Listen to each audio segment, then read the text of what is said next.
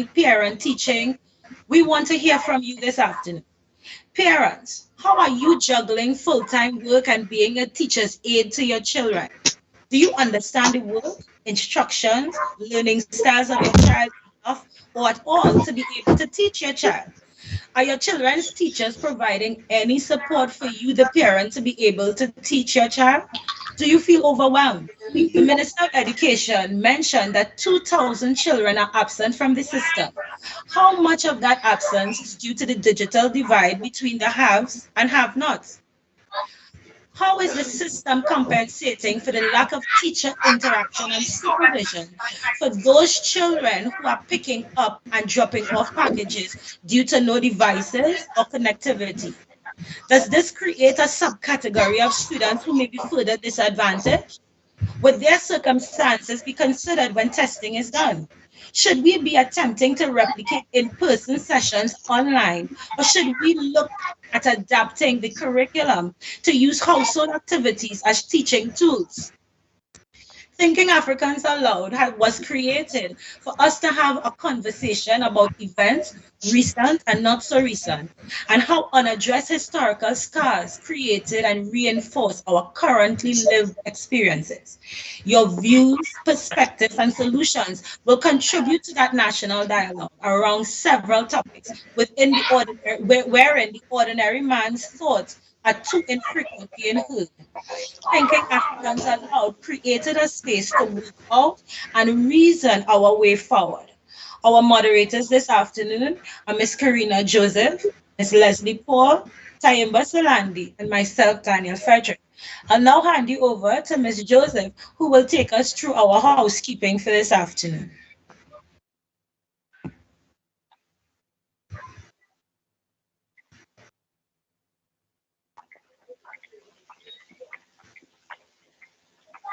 Please unmute, Ms. Joseph. Good afternoon, ladies and gentlemen. All right. As Daniel would have indicated, welcome again to another discussion by Thinking Africans Aloud.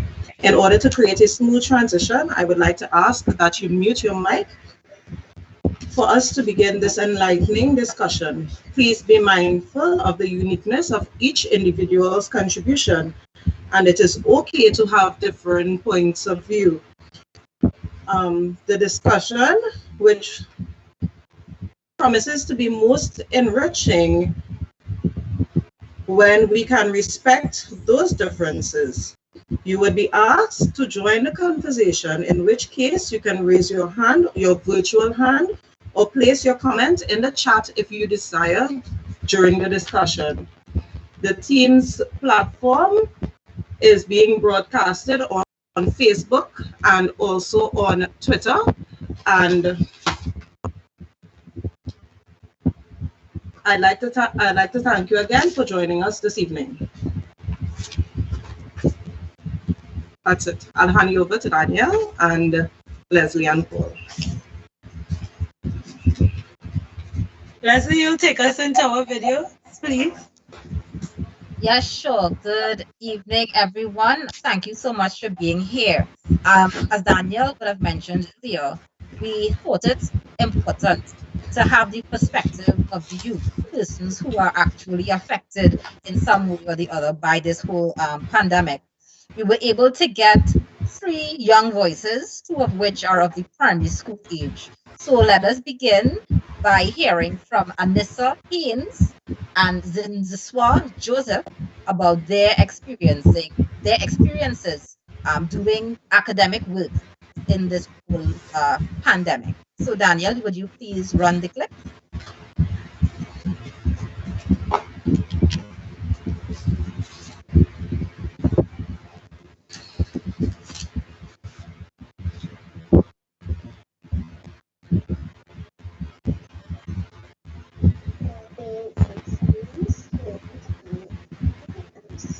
Years ago.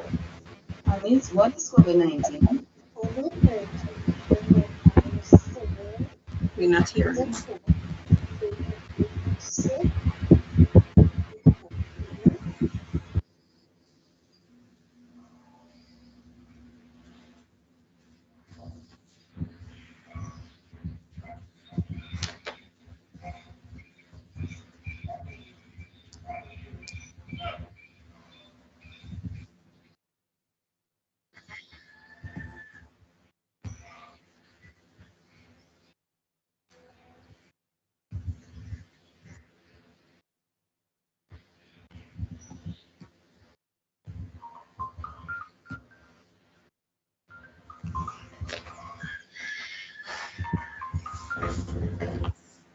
and I'm not able to increase the volume. So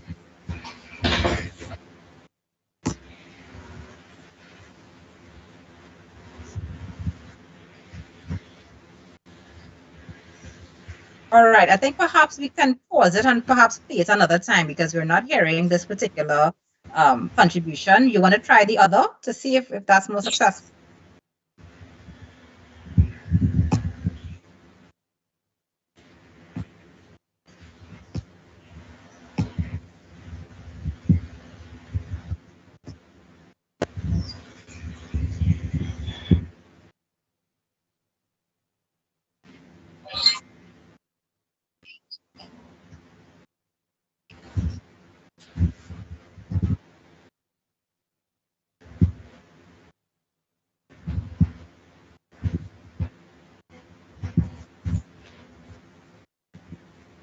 All right, so there seems to be some issue. So we will probably try to run that again later on. But essentially, these two children had two very dissimilar perspectives on COVID-19 and how it affected them. One of them saw it a little more positively in terms of getting to, spend more time in another space, another dimension, the virtual dimension, doing work that they would have covered in the school setting. The other one, however, even though doing the same thing, felt it was a bit more of a challenge, especially with regards to the socialization aspect, even though the first one did touch on that as well.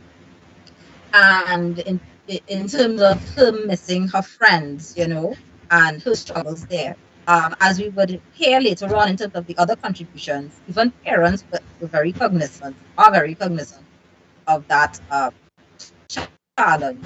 So I think we could probably get into the discussion. So let me just hand over to Daniel and we will see if we can run those videos a little later. Okay, so the question that and please, this is an open forum. We are currently streaming on Facebook. We don't want you all to feel inhibited. There are no professionals giving lectures. Every one of us are having a COVID moment and having a COVID experience. And we want to hear from you about your COVID experiences as teachers, as professionals, as parents. What are your thoughts on how the Ministry of Education has prepared or is supporting you as a parent in handling becoming the or taking on the role of homeschooling?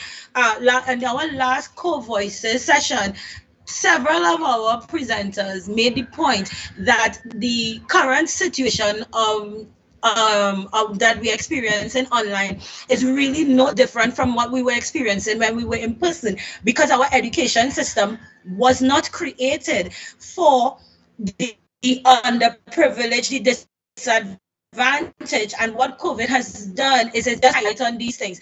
Let's have a conversation about the before and current situation. What has changed? What has not? What has gotten worse? The floor is open.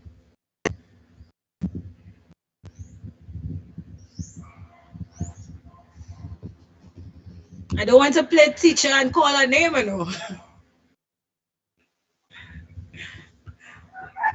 Well, while everyone is getting their thoughts together, I'd like to just highlight the presence of Olabisi Kaboni, who is in our discussion this afternoon, who is a part of the Teaching Service Commission. And this elder has consistently expressed some thoughts online about the challenges, some of the thoughts that she has experienced and seen about the education system before COVID and during COVID. And she has also expressed some very unique approaches to dealing with it. And the question is, why haven't our powers that be been paying attention to these types of suggestions? We also have a former school teacher, Ray Samuel, and a current union leader in our presence, who has a very wide range of information and experiences that he will be able and can be able to share with us on the history then and the current situation now. And well, of course, we have Zakia Wadada, who is a part or the chairman of the Emancipation Support Committee, who is also up in the audience. who would be able, should she so desire, to give her point of view on this topic. So feel free to come in to share the experiences. Okay. But seeing as people are shy, I'll start. One of the presenters, one of the youth presenters was my niece, Zinzaswa. And from the time of COVID in March, when they stopped going to school to now, Zinzi has been paying fairly close attention to the updates on a daily basis.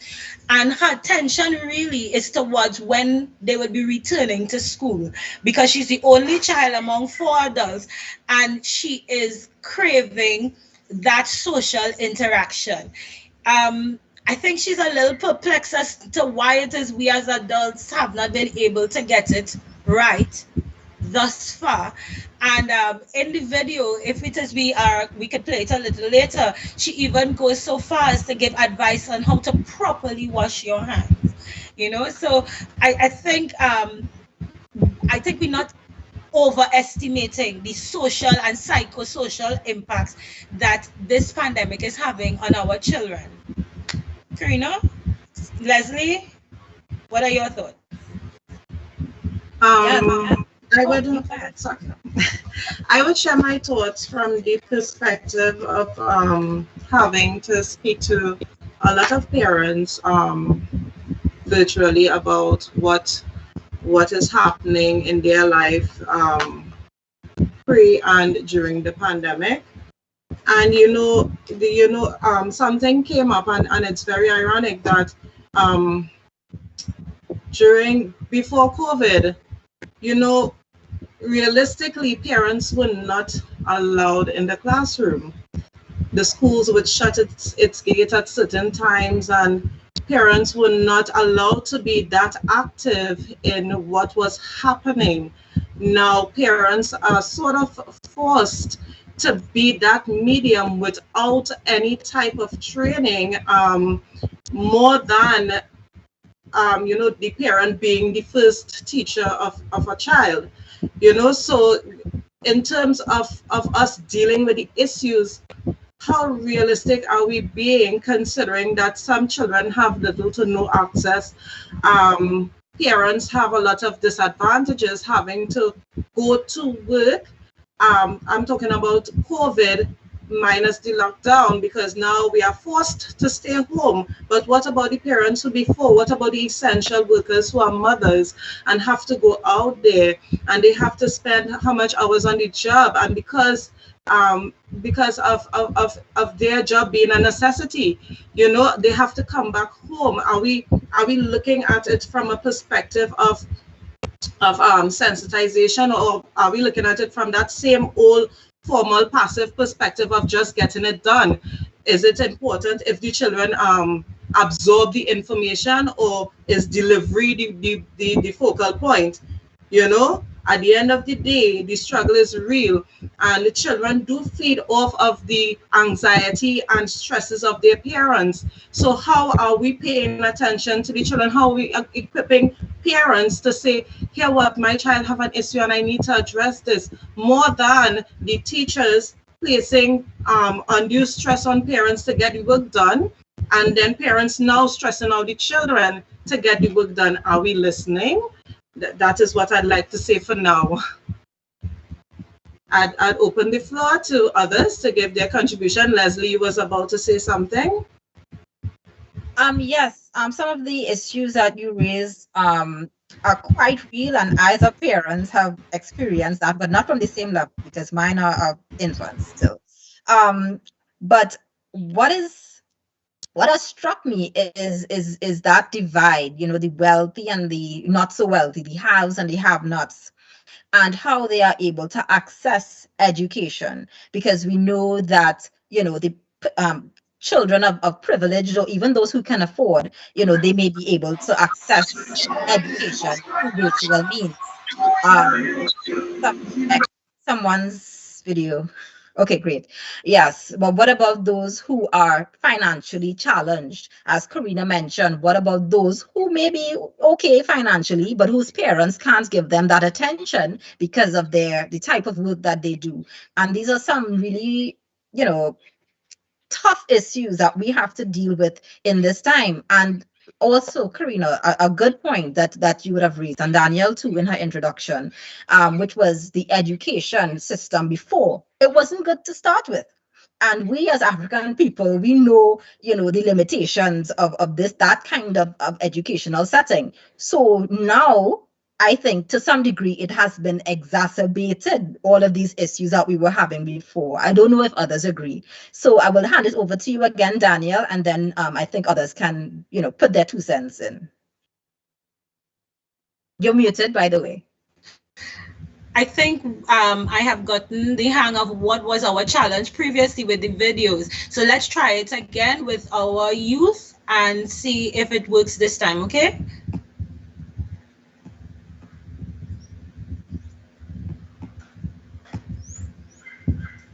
My name is Annalise Haynes and I am 7 years old. Alice, what is COVID-19? COVID-19 is a virus similar to the cold. It could make you sick and have a fever, or you could even die from the COVID-19. You have to wash your hands, use sanitizer, and wear a mask to keep you from the COVID-19. Alice, has COVID-19 affected your life? It has affected my life by not letting me go to school, not letting me play my favorite places, or go by my friend, or go by my cousin's house, or go by my grandma's house. Are you enrolled in online school? Yes. Has it been fun for you? Yes. What do you like about online school? I like that I get to see what other people are doing. You get to see more videos. And we get to stay home and play with our parents. Okay. What is there anything you don't like about online school? I don't I don't get to see my friends anymore. Is anything about online school stressful? Do you understand your teacher? Sometimes I cannot hear her or understand her. Alright. Do you keep in touch with your school friends? Yes, I get to talk to my cousins by using my mom's phone or my tablet. Do you prefer online school or in-person school? In person. Why? Because I get to play with my friends, I get to see my friends and see my teacher. I have more fun, like she has toys I could play with. And the canteen. What is canteen? The cafeteria.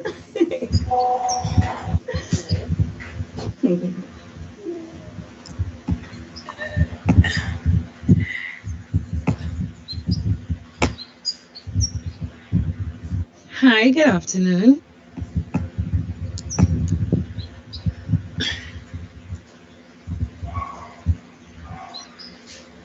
Hi, good afternoon. Can you introduce yourself? My name is Zenziswa Julie, Okay, how old are you, Zenzaswa? 8 years old. What do you know about COVID-19? That COVID-19 is very, very dangerous. So we need to follow the guidelines in order to keep yourself safe and your family. Okay. Do you watch the COVID-19 news conferences? Not really, but I watch parts of it. I play and I look at the TV and just parts. Okay. I not really watch it. Okay. Tell me, what do you think about going to school online? I think it is very good because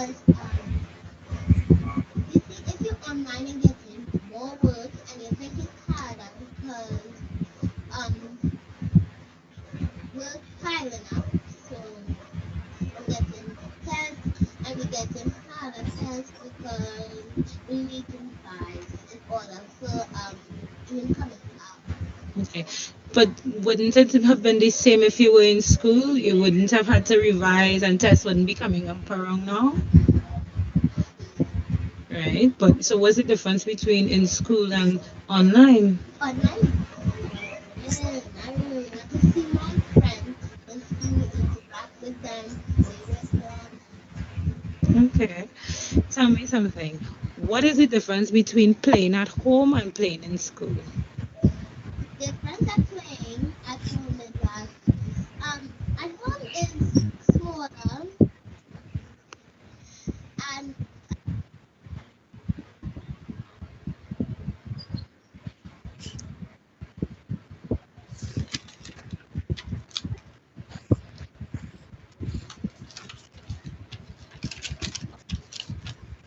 Okay, I think we lost a bit of that audio coming down to the end. Daniel, you want to just summarize what your niece is saying? Uh,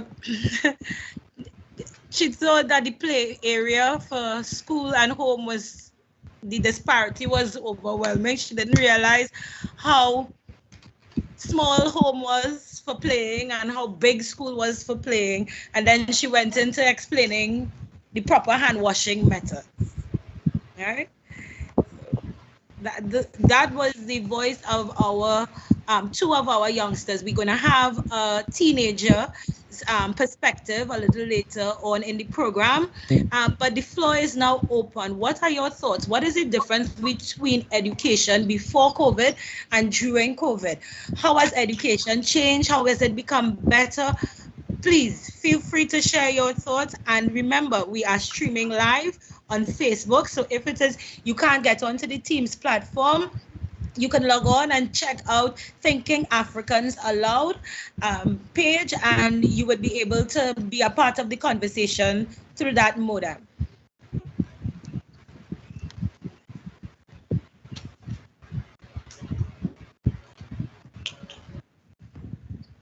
All right, so I guess I will elaborate just a little bit on my experience, dealing with COVID-19 as a mother of, 2-year-olds.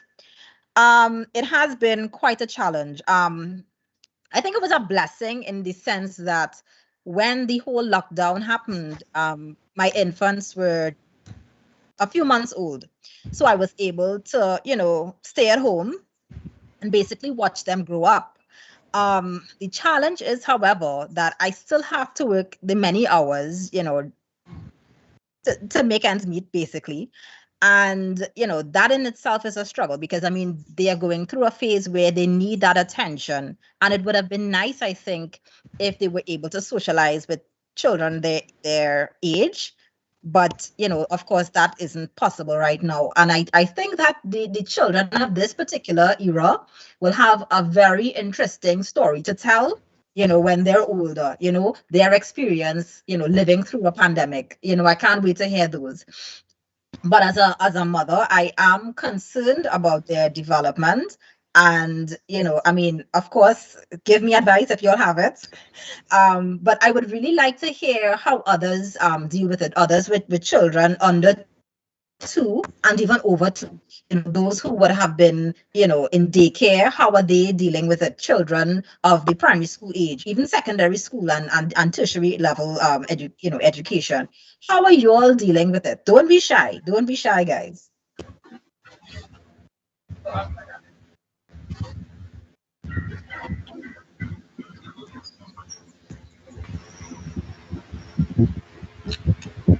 Leslie, interestingly enough, you would have mentioned daycare, and then you went on to primary school and stuff like that. And there's a little gap there that I think is also very important, which would have been the preschoolers, because I do some work with preschoolers, and given the viewpoint of the parents, it's not easy because preschool, we had a perception of preschool a long time ago, and there was this shift in focus where the ECCE was developed, which is early childhood care and development and education, early childhood care and education. That was developed in order to cater better to the needs of children at that level. And I always had an issue with the fact that even though we made that shift, I found that there wasn't enough dialogue with parents to understand why that shift was needed. Before we had this mindset that the daycare or the preschool becomes the second home, which is to a point. However, in terms of the learning, we didn't see the learning aspect of it as being important. We placed more focus on ABCs and 1, 2, 3s and the shapes and stuff like that, without understanding that there are more developmental needs of the child. There are, the cognition to take into consideration, and then how a child grow and develop, and their ability to apply logic and reasoning was also, which is the cognition basically, but that is also heavily placed on the children and their learning. However, parents didn't understand the importance of these things. So the school continued to be the daycare, so it wasn't about what they received. It was more about once they were placed in a school, and then the emphasis went on to the free ECCE centers. So then it wasn't just about a school, it was about if I could get in for free. So then the focus shifted in many areas without it really being on the child. So now that this has happened, parents are now getting an idea of the intricacies in dealing with children at this level, especially on a 24-hour basis, because we had that opportunity to probably take a moment and catch a breath. Notwithstanding, it's not easy on either side, but at the end of the day, the dialogue is important, and I think that is what was lacking before. COVID-19 has raised the issues, as you would have said, the haves and the have-not, so those who are still able, they would find a way, whether it's through paying somebody or whether it's by hidden institutions, and they are getting through. But what about those who are left to survive out there and who doesn't have that medium, and they have to do it, they have to get it done? So I think the parents, I am asking you to share your point of views into what your experiences are at this point in time. How has COVID affected you? Even if you are not a parent and you are sometimes a guardian, and you see what the challenges are, the idea is to open up, to let your voices be heard, so that we can have an idea of what your experience is like. I would now leave the floor open. Okay, one of the things that I think we need to be a little clearer on is, especially for those of you who are first-time guests of ours, our program and our setting, our mode is not one where we present to you. We want to hear from you. Your experiences make up the content for this engagement. Feel free, don't feel inhibited. There are no wrong answers. There are only your experiences. So we have a couple hands up. We have Reverend Kwame. Please give your contribution, and then MJ will take you after. Thank you so very much. I'm hoping that you can hear me loud and clear. Yes. A very pleasant good evening to the panel.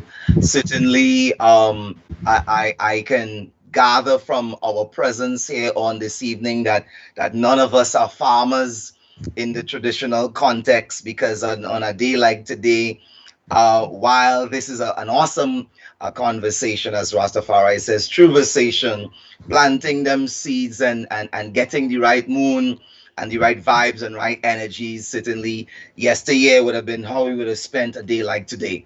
But we are planting seeds of, I guess, another time, another dimension. Let's talk about COVID-19 and the effect on education. Certainly as a Pan-Africanist, I can appreciate that the school system, as it is in Trinidad and Tobago, has failed and has been failing Africans. We know that from the reports that were done, Selwyn Ryan report, from the reports that come out of the Ministry of Education in terms of the schools and the districts that perform least. African districts and schools are peaking in areas of non-performing, so to speak, oxymoron. That being said, the school system at best was producing, as it were, persons who were either fit for work and or fit for some type of place within the white supremacist societal construct. But we were not seeing coming out of that education process the kinds of men, the kinds of women that would truly own their African agency and be proud of who they are and what they can do, and be the kind of positive agents and contributors of our society. And it is not that we haven't had intellects and we haven't had persons that have made tremendous and awesome contributions. It is just that they made those contributions in spite of being told they enter stage right as slaves rather than prisoners of war, in spite of the lack of history, in spite of the lack of even modern current affairs and how African minds and inventors have shaped the 21st century, the 20th century, and every century for that matter. We hear nothing about the Moors. We hear nothing about the Africans being the first in the Americas. We are told about the Mongols and those who came across via the Bering Straits. We are not told about the Moors. We are not told about the Commissions, etc. So the education system has been failing. And certainly there has been a disparity between the haves and the have-nots. Throw COVID-19 on top of that, a global pandemic, some will say pandemic, and the emails now coming out about Dr. Fauci's understanding and involvement certainly makes for very good entertainment on the one hand, but many in the Pan-African movement are saying a very firm and solid, I told you so. Another topic for another day. This pandemic has hit, and life as we know it has been thrust into a tailspin, and there are lockdowns everywhere. We know that Africans in particular, our mode of learning beyond the theory, beyond the right, beyond the chalk and talk, feel, rhythm, context, environment, the tactile, the relationships, all of those are aspects and dimensions of pedagogy in the Pan-African context, in the African context. I can tell you as a former PTA regional public relations officer for the St. George region, that a number of parents are finding it extremely difficult to cope with schooling in this pandemic context. Number one, whenever you're dealing with children that have subject matter or lessons that perhaps may go beyond that particular parent's knowledge and know-how, it can be an extremely frustrating process. Add to that, that's if you're lucky, because at least you are there, at least you're in the class, at least you have a device, at least you have internet access, so that you are frustrated that you can't assist your children and provide the kind of support that they need is perhaps a lucky place to be. There are many, untold thousands. The last time we heard from the Ministry of Education, it was in the tens of thousands of individuals who were without a smart device. It means then, therefore, in the lottery system, they say if you don't have a ticket, you don't have a chance, no smart device, no enrollment. Certainly within the online classes. And then beyond the smart device, of course, the internet access, the Wi-Fi access is another requirement. And so that we heard from the children. It is frustrating to some of them. It is boring. There is that kind of separation that takes place not only among the children, but separation between teacher and student as well. The online screen is no substitute for the in-person presence, of course, of a teacher.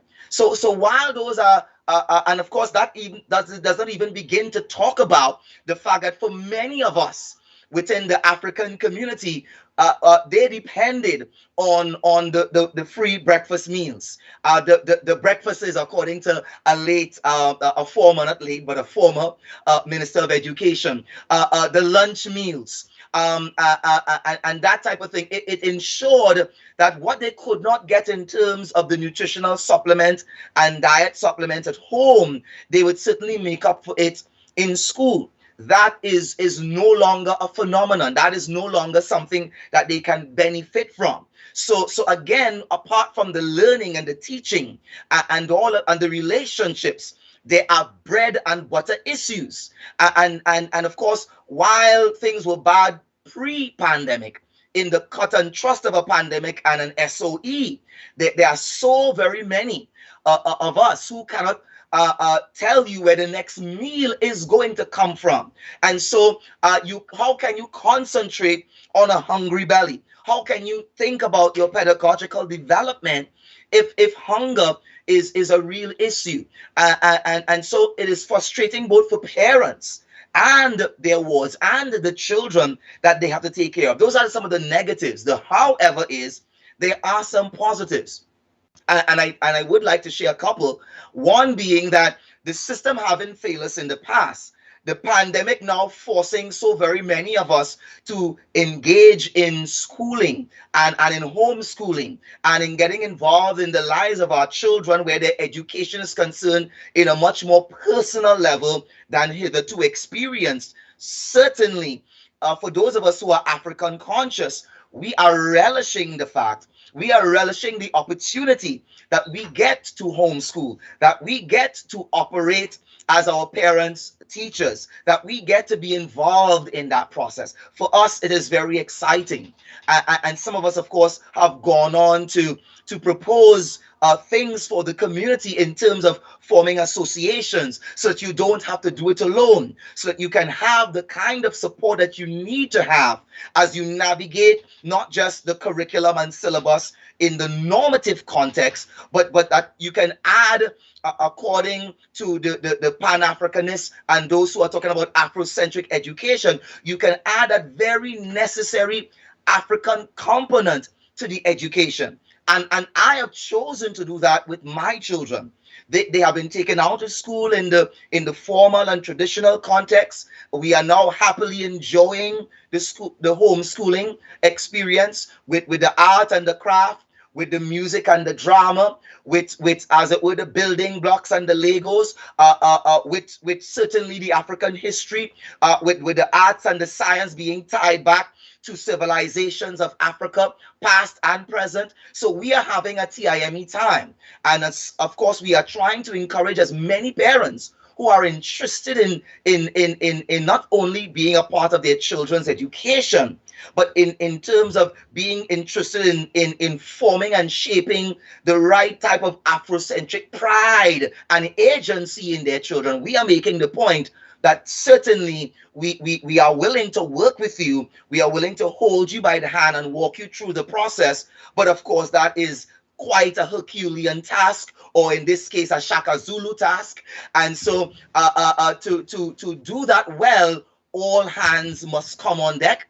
And at this point in time, while I do have much more to share, I would yield the floor. Thank you so much. Thank you. MJ, please go ahead. Your turn is up. Wow. I'd like to first thank Reverend Kwame for such a titillating discussion. I think it's a little challenging to go after that type of presentation. So I will, however, do my best. So I don't have children, but I'm the aunt of 4 children, various ages, ranging from 14 being the oldest and 2 being the youngest. So quite aside from the challenges that I think a lot of people would have shared throughout this discussion thus far, I would like to give my perspective in relation to the homeschooling. So my concerns would be, of course, apart from those who were mentioned in terms of the challenges and whatnot, my concern would be in a more macro sense in terms of when we consider what the homeschooling has actually done. In terms of the social interaction, this generation already had challenges interacting socially. No longer do they want to play together. Everybody wants to be on the phone, the tablet. Everybody wants to be doing their own thing, even when they're in the same room.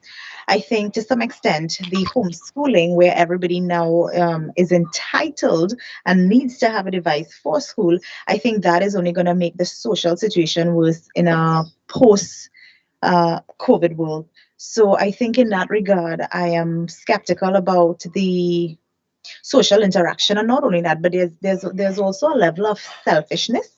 I think that I have seen in this generation, and that I have not seen in generations past, and certainly not in my own generation. And but no longer do they want to play and interact. So of course, my first concern would be the social interaction and the type of world we would live in future. My second concern would be, I think that the current school system in a pre-COVID world, the school system did not address issues such as financial literacy, which I think is a huge challenge. And you see adults having challenges. I mean, not balancing their books on a personal level in terms of the home, in terms of understanding basic financial concepts. They are not taught in school.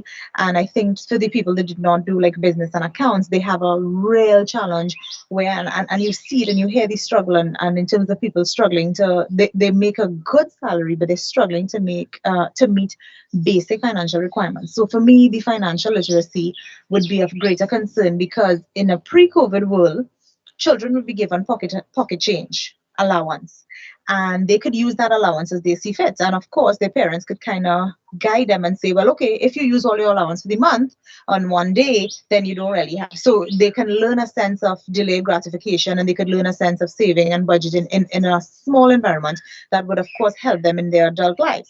But I think now with the pandemic, considering that they're not going out, they're not getting pocket change, they are not having the experience of being able to, because everything is at home and it's being provided for them. And of course, with restaurants and whatnot being closed as well, their parents cooking for them. So I think that the already lacking financial literacy aspect that isn't taught at schools, I think that is the pandemic is only going to exacerbate that situation specifically. And finally, while my sister actually indicated to me that she's been having some challenges with my oldest nephew, the 14-year-old. When he's supposed to be on the class, following the class, he has been playing games with a few of his other colleagues and counterparts instead of being on the correct class platform and whatnot. Now, the interesting thing about that situation is that my sister is a teacher herself. So she cannot, and so she is working from home and she is delivering her subject matter to her students. So she cannot, should I say, does not have the luxury to be able to sit down and really engage with the children. I think the way that Reverend Kwame indicated that he's really enjoying the process. So we have to look at as well the challenges. And in her situation as well, her husband works offshore.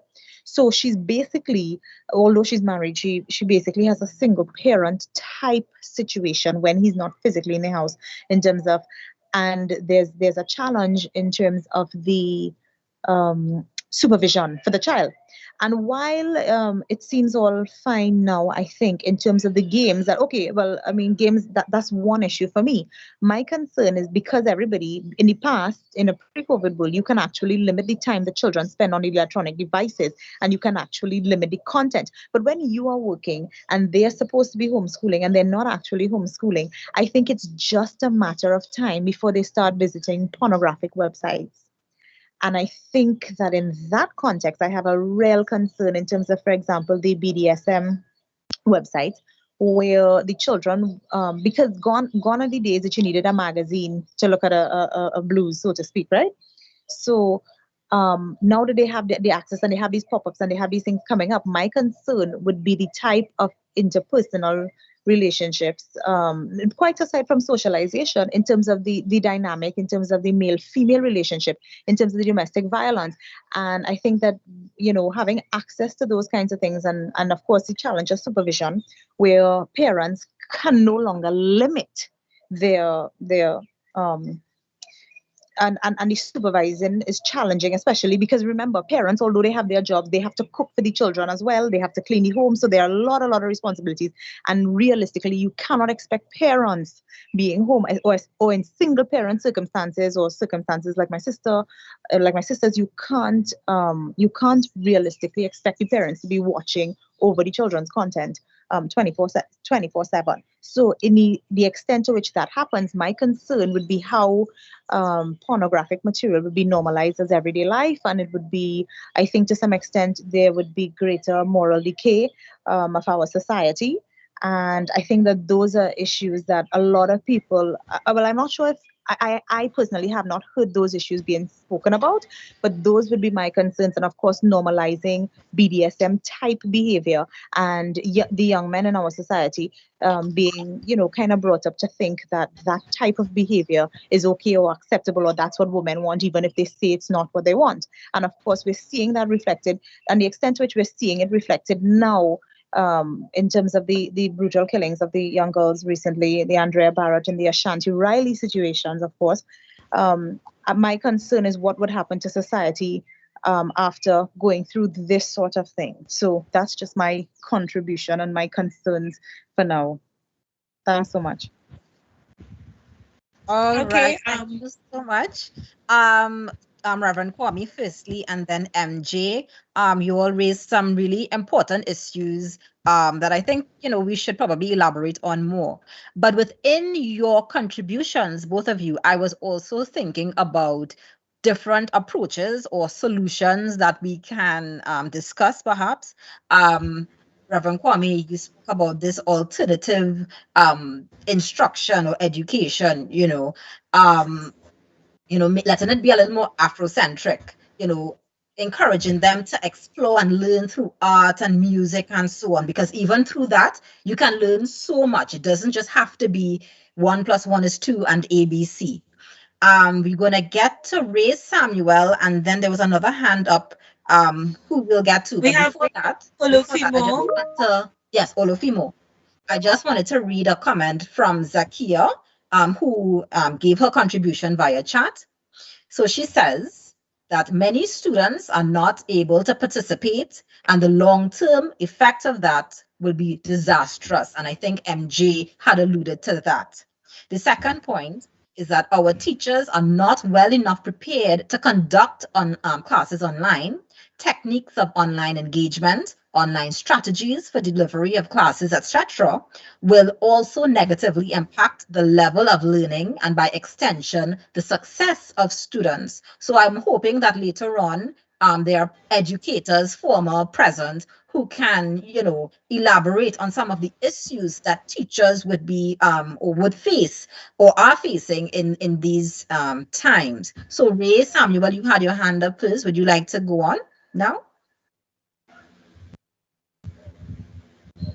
You're muted, Ray. Unmute and you can speak.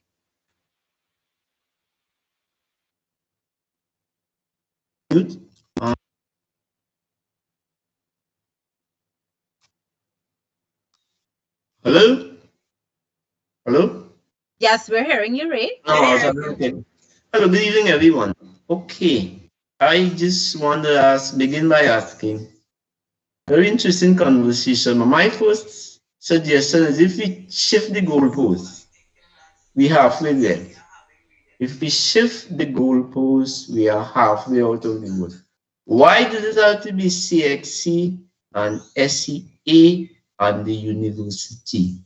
Right now, from my perspective, the concern seems to be using the digital platform to get to SEA, SCXC, and there were problems with that even before COVID.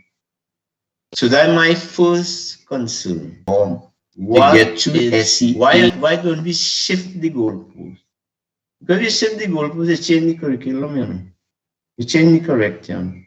you change the modalities of teaching away from the deadlines and being able to reproduce this degree of content significantly. It also raises the question of training the teacher. I am going to say something because I have been a teacher. Teacher consciousness in this environment is very low. The teachers are the macrocosms of the student. They were the SEA student years ago. This is what they know, and they are replicating it. So I'm also putting it out there that there's a deficit in teacher leadership in going at this thing in a particular way. So they find themselves collaborating with the powers that be to keep the system going. And then at the end of the day, look at the bind they find themselves in. We are all familiar with the complaints of the teachers in that they find themselves trying to put soured wine into digital bottles. The Bible tells us very well how that ends up.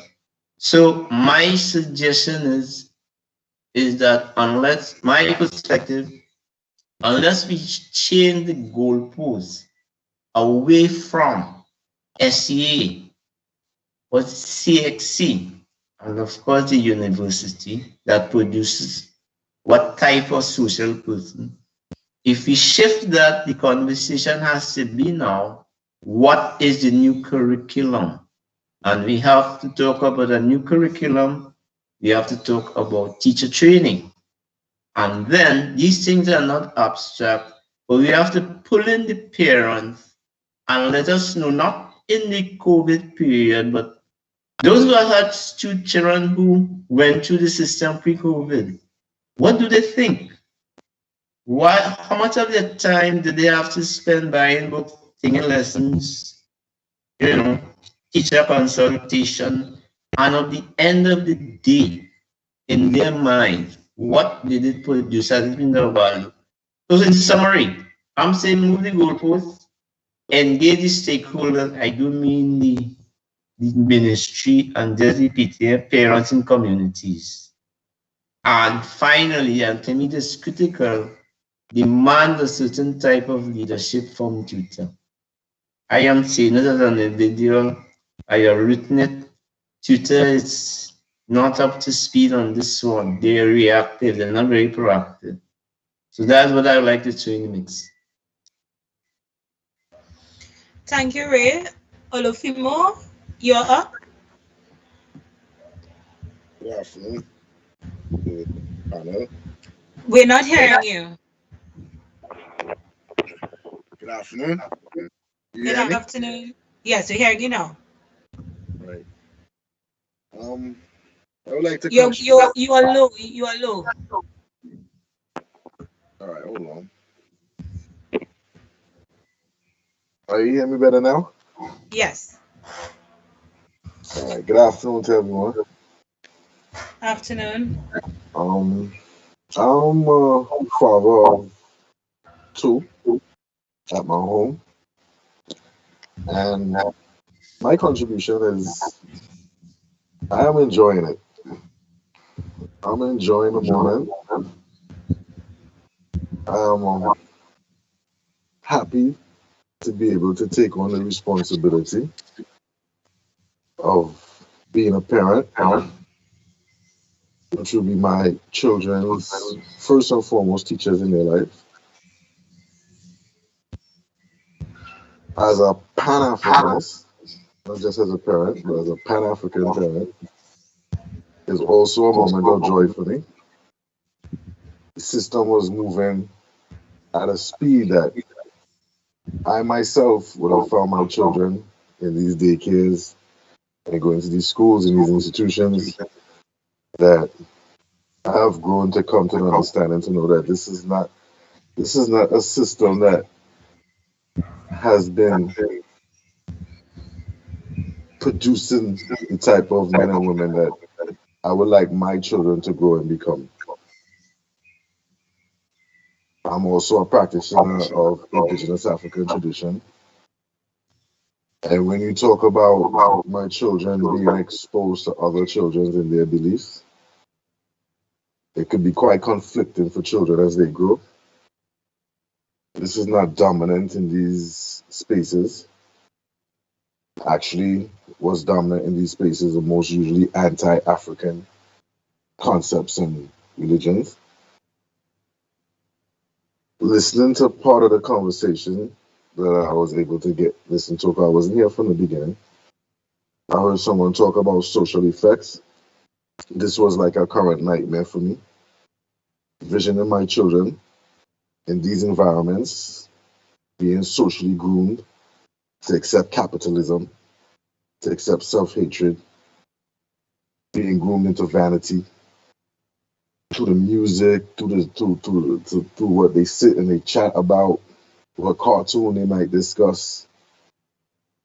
When you take an intricate look into the effects these things is having on the growth of our children, is stagnating our children, is taking away the opportunity, is actually going against what the purpose of education is supposed to be, which is to carry our children to their greatest destinies. I heard someone speak about in financial, how the being able to deal with finances, just the simple task of going to school and managing your money, etc., etc. To me now, as some parents may have it in them to reevaluate, especially in a time like COVID, where you're seeing the economical impact on us.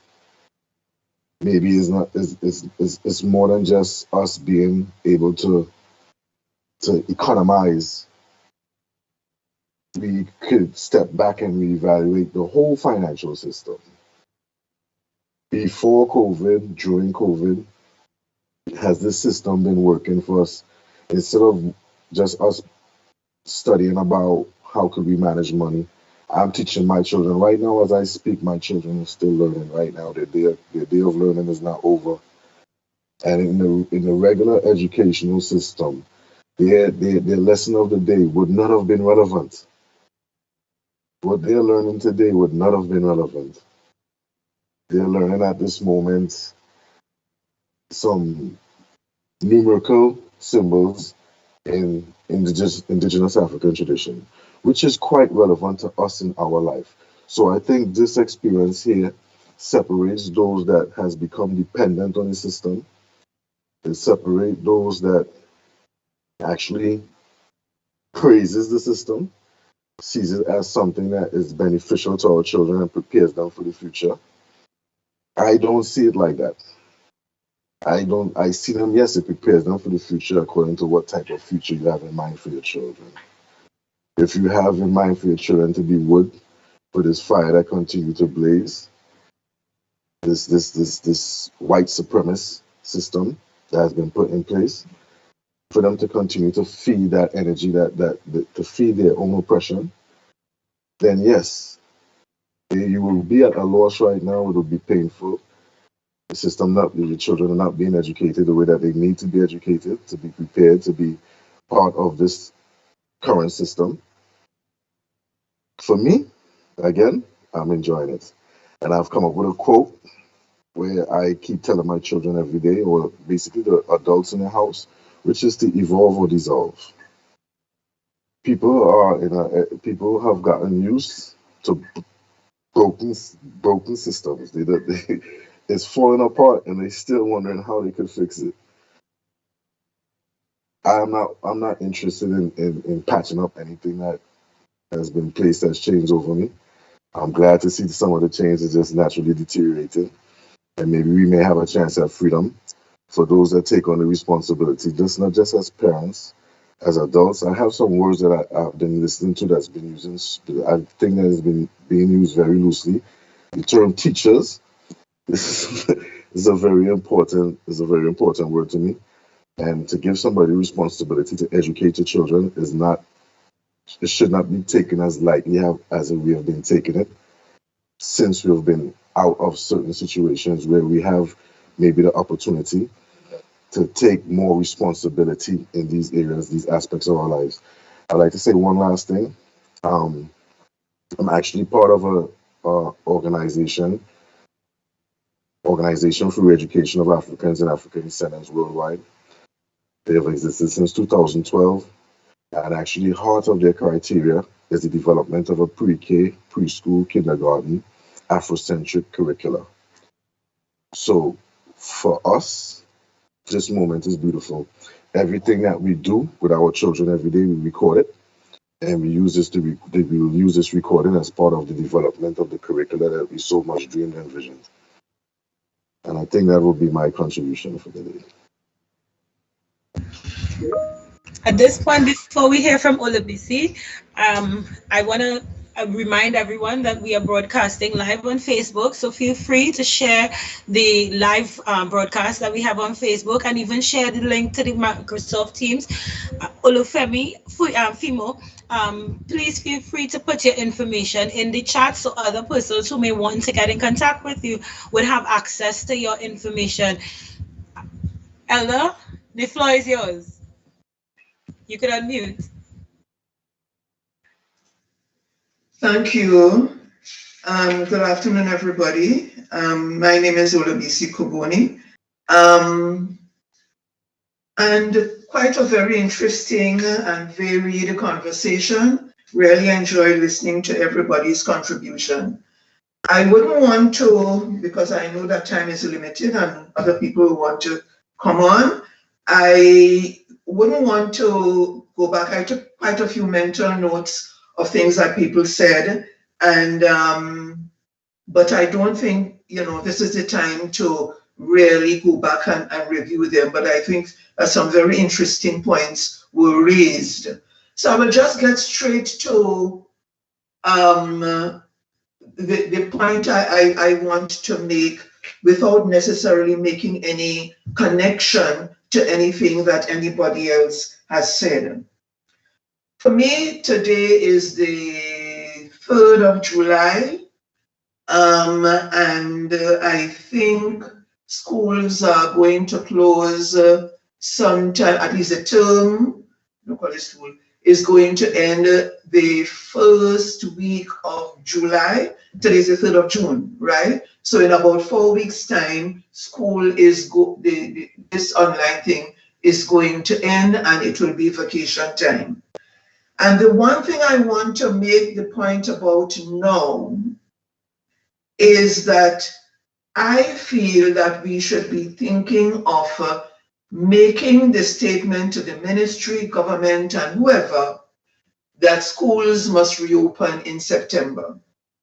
I don't think that one should wait to hear what the Prime Minister is going to say next Saturday, or what Dr. Parasram is going to say, and so on. I think that we should make the point that this online experience, 14 months going on now, should end now, and that the in-person schooling should be reconstituted.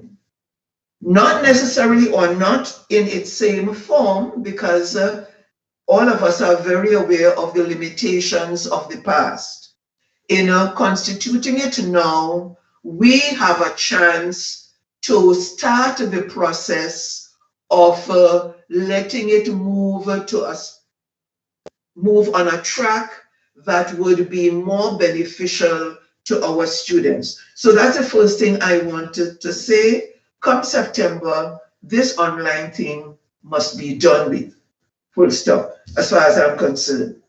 Now, moving on from there, just one thing I want to mention, how different groups of people are influencing the direction of things during this pandemic period. All of us would be aware that we're into a more rigid period of lockdown right now. Today, all of us have been in our houses. And a week or two ago, I remember before the increased restrictions came on board, and before the SOE, that the various business organizations had started a talk. And they were making a lot of statements about the need to made the restrictions harder because the numbers were going up. The numbers in infectious numbers were going up. And some of them had already started to lock down their places, even before government made the statement. And then eventually government came and did the lockdown, right? And almost as government was doing the lockdown, banks, for example, were closing down some of their branches. I know Bhagwan Singh, which is just down the road from me, had closed down even before. What I'm trying to say is that the business corporations were leading the charge, and government followed suit. And eventually, my feeling is that they are going to lead the charge in terms of opening up the economy.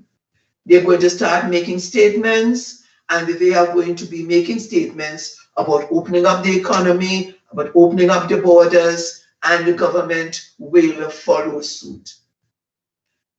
I am not necessarily following them or thinking that we should follow them, but I think that we have as much of a voice as anybody who could get to the newspaper, and the TV station faster than us. And I am saying that we should be saying that schools should reopen in-person schooling should reopen in September. I'll just leave that for now. And in doing that, I am also looking at the Minister of Education. She seems to be making the rounds of media now. She's putting a lot of emphasis on the fact that the Adopt a School program was able to get 20,000 laptop tablets or whatever from the business community.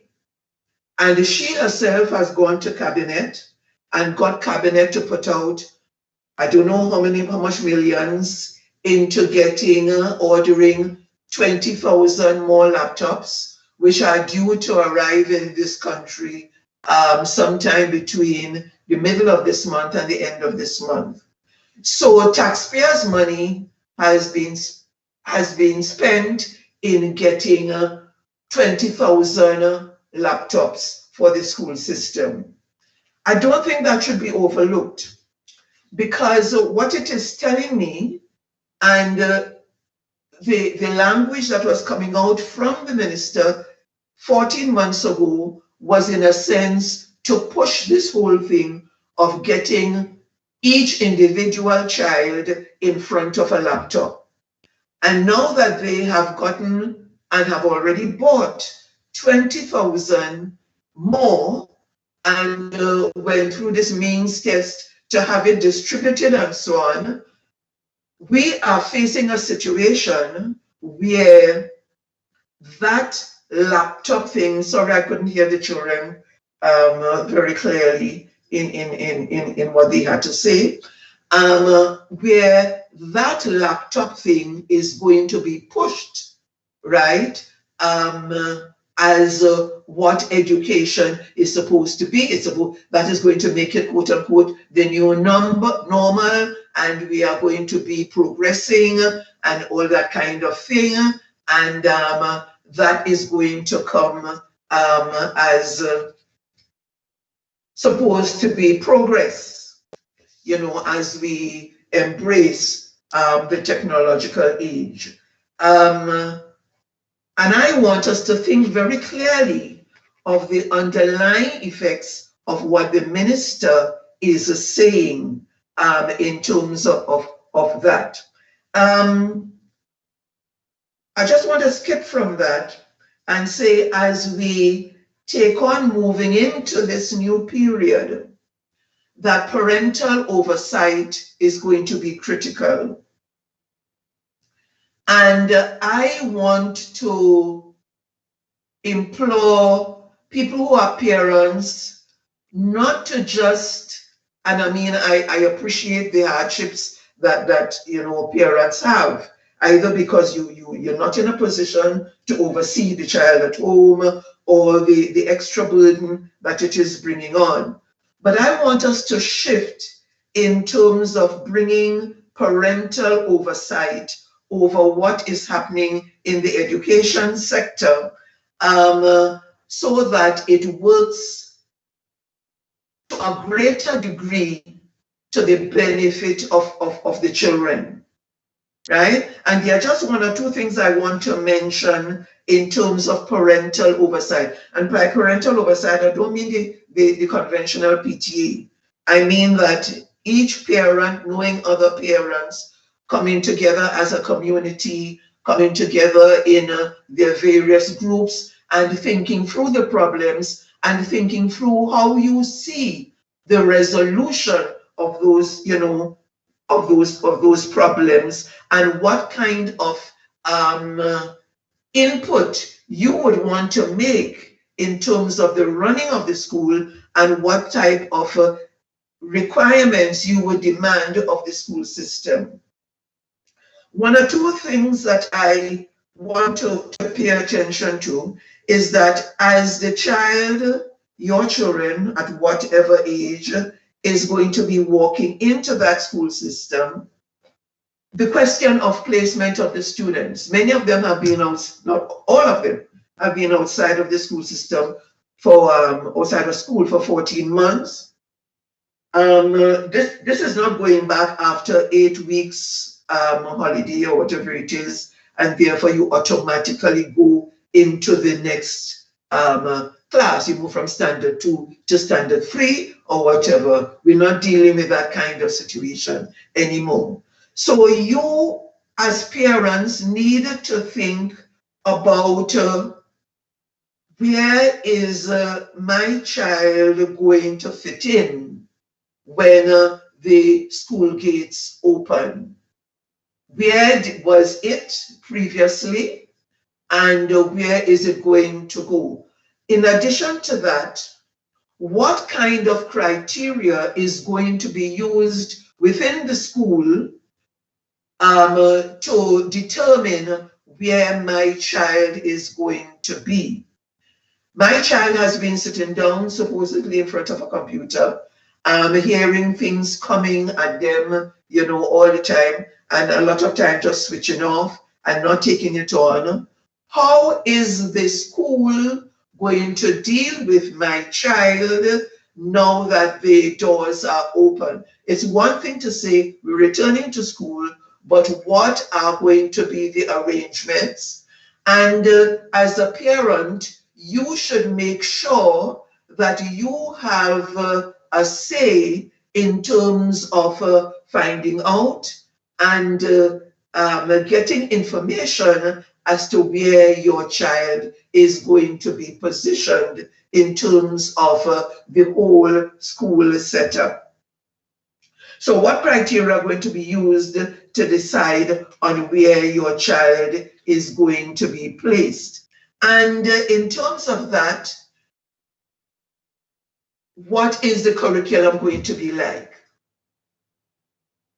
You need to find out what is the curriculum going to be like, given that your child has been assessed, has, some analysis has been going on, you have made your input, and what is the curriculum going to be like, right?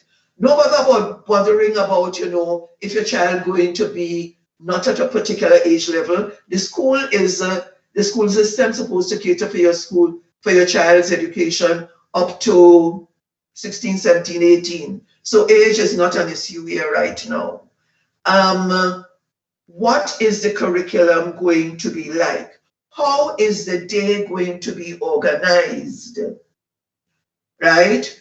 In terms of, and organized both in terms of formal teaching as well as in terms of free time. People make the point about socialization. Critical. They didn't have that before. How is the day going to be organized to allow for happy and meaningful socialization with their peers? and the fact of the organization of teaching learning time. How is that going to be organized as well? You as a parent need to know how the school is managing that. And coming back to the thing about the laptops or tablets or whatever taxpayers' money spent to get into this country. I think it is important that the face-to-face teacher-student interface be given priority. The human-to-human interaction be given a priority inside of that physical space. So whatever goes on, that is where the priority lies. At the same time, I am also conscious of the fact that as our children grow, all of us, at whatever age, supposed to have a sense of and have an ability to interact and to learn through using the technologies. That must also be a part of the education. So you want to require of the school as a whole, of the teachers, how they are going to do that integration. We don't want anything more where students get a whole batch of work, and you're supposed to either online or through a textbook read up a set of things, where it's just bulk material getting thrown at the students, and they're supposed to just, work through that and get on with it. Or alternatively, once you done read that, here 20 exercises, go and do that, right? Maybe on the computer, they will slam it down there and you're supposed to go and do that. No, we don't want that. So be careful as a parent that that is not what is being pushed on your children. So a proper integration of where there is meaningful teaching in the classroom that is supplemented by, work, that is online. And frankly, let me just say to you, I would have really preferred if the state had gone about the thing where desktop machines will put in all schools rather than giving each child. I understand why each child had to get the laptop because of the emergency situation that we have come through. But in terms of moving forward, I would have much preferred if we had rooms where 12, 20 children will come together, in a room with a set of computers there, and they are working together. But anyway, we seem to be landed with, a laptop for every child. But the whole question of integrating what happens inside of the classroom with your live teacher, with your live friends, with your live peers, integrating that with whatever additional work that could go on, through in an online environment. The classroom must not be left out. So I would just want to stop there for now. Thanks for listening. Thank you very much, Olabisi Kubani. I wanted to again draw our attention to the fact that this session is being broadcast live on Facebook. So for those of you who have friends and family who are unable to log on via Teams, you can check out Thinking Africans Aloud Facebook page and you'll have access to the conversation and you can post your questions there. We had two persons mention economics in different ways in their contributions. We had MJ looking at the economics of how children spend their money and the fact that they are not allowed to spend their money and navigate choices in that kind of way due to the lockdown. And then we had Olufumi Fimo talking about economics and us looking at the economic system, the holistic system, and really and truly re-engaging it from whether or not it works for us versus whether or not we want to continue to engage as we have economically. Finances is a reoccurring theme in this COVID pandemic, and it has a tendency to manifest itself in social ways for a lot of people. People get frustrated and they take out that frustration on their children, they take out that frustration on their spouse, they take out that frustration on the animals in the house. So we have to look at how finances play a very pivotal role in different aspects of this entire thing. And then Olabisi came in and spoke about how much money our government spent on the laptops. And the question has to be asked whether or not our government in this time with restricted economic access and resources available to them, are they really engaging us enough in how we spend those limited resources? Are they really talking and meeting the people to find out if it is laptops are the answer, desktops, tablets, or a varied form or integrated form of learning might actually work for some persons and mightn't work for others? How do we navigate that? So I'll hand you over to Leslie, who would be introducing our next video clip. Right. Thank you very much, Daniel. I want people to bear in mind that this situation is very new. The switch from being live in person and then going totally virtual is very, very new. So there will be teething problems as with anything. So I personally would not, dismiss it totally just yet. I think we need a little more time to assess it. But anyway, before I introduce the video clip, there are two persons who commented via the chat, so I'll just quickly read them. The first is by Amanda. Good evening. I'm currently based in the UK, and as we all know, the effects of the pandemic is global. Personally, it is two-sided for me. As a single parent, I have been spending a lot more time at home and with my son. This has allowed me to not only bond with him on another level, but I got to observe behavioral issues that I may have missed if he was at school away from home and if I was busy with my job. On the other hand, I also had to get my head around homeschooling and creating a structured learning environment at home. Now that children are returning to school away from home, I am observing the mental issues that both children and parents are having to navigate. Example, stress, depression, emotional abuse, lack of concentration, separation, anxiety, etc. This is now an additional burden on the education system, as teachers may not have the knowledge or strategies to identify and manage these behaviors. As a parent of one, this allows me one-on-one or one-to-one attention with my child. However, this is not the case for every family.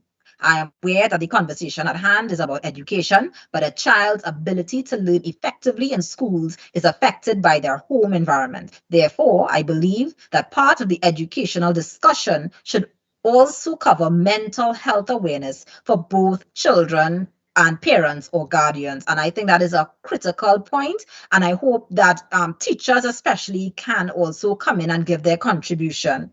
Let me just read the final comment here. It's by Tanisha. As a conductor of an informal online class, Spanish, I think the detrimental aspect of online learning, as well as in teaching learning, has always been that individual attention that a child has access to. Keeping in mind there are different learners and learning styles, not all teachers are trained to grasp firsthand the development issues and learning disabilities of a child in the classroom, much less online.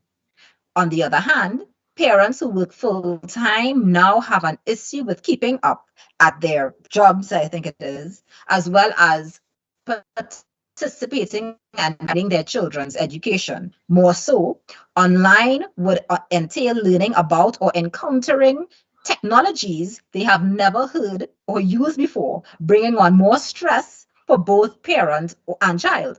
Bridging the gap to the new system would mean finding a common ground for all students, teachers, and guardians, a gap that they were yet to find owing to this ever changing pandemic. Let me close with what I started with. Informal, one on one teaching works in my class, but it is mentally draining. And in my opinion, it would not be practical in the school system, but maybe soon we can bridge the gap. So I want to thank both Tanisha and Amanda for their contributions. And now, Daniel, can you introduce the clip with a teenager who gave another perspective? And I think that would kind of fall in line with these two contributions, particularly the second, which deals with Spanish, and I'm assuming secondary school level. So I just want to hear more about the challenges that a teenager would be facing in these times. Yes, and I currently attend secondary school at the Form 5 level. COVID-19 has impacted me both positively and negatively in regards to online schooling, as I am more of a visual learner. The subjects I am doing right now is currently physics, biology, chemistry, art, math, information technology, English A, and mathematics, as well as technical drawing. For certain subjects, such as technical drawing, it is hard to teach it over Zoom or over Microsoft Teams or any of the platforms that we use. As much as you could screen share, teaching somebody how to draw something architecturally online faces it many challenges. Chemistry and art maths are subjects that you need to thoroughly explain, and with our time frame, it limits the amount of knowledge you can learn, as well as now students are faced with more anxiety in regards to asking questions or asking for help, because then it slows the progress of the whole class. Positively, it has given me more time to take care of my mental state or just stuff around the house. Socially, in regards to my friends, it has made me realize that some people are only your friends because they could see you in person or you can speak to them on an everyday basis. Whereas when you're online, you have to physically reach out to people instead of just seeing them. So it has affected me positive in the sense of you know who would put that effort in for you, and likewise. Family-wise, it has impacted me in a way that I realize that my parents are just people and they go through everyday stress, and when they're forced to be home 24/7, that they can get stressed and they can and will take it out on you, even if it isn't intentional. So it has been good and bad because for me, school was a outlet, a runaway from being home, being cooped up in a house. But now that I'm home, I have to deal with the fighting or the unnecessary fights that may occur. But it has made me grow closer to my family members, my friends, my siblings. So COVID-19 has impacted me positively and negatively in many ways, and it has taught me a lot of stuff, and it has taught me everything, and everyone has issues too. Hi, my name is Jordan Gomez, and I currently All attend right. I want to thank you, Danielle, for sharing that teenager's perspective. I like the fact that she looked at both the positive and negative aspects. And of course, as we know, she's a Form 5 student. So the challenge, I think, would be even more, it would be even greater.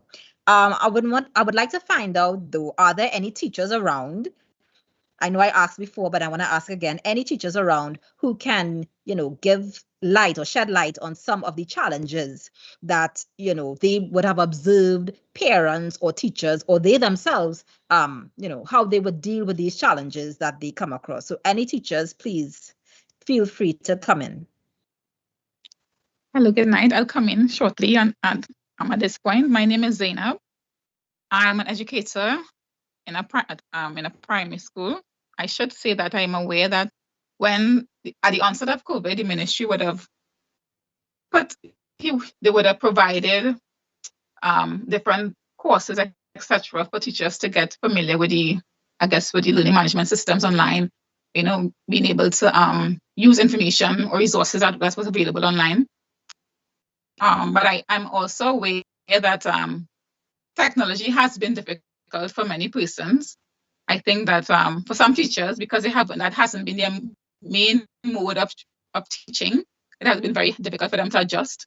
I'm aware of some persons who would have decided to early to take an early retirement, for example, or But I know that the teachers who I think the ones who are now coming in more or less had to go and undertake these courses. I'm not sure about the others, if all teachers would have been able to been privy to that information.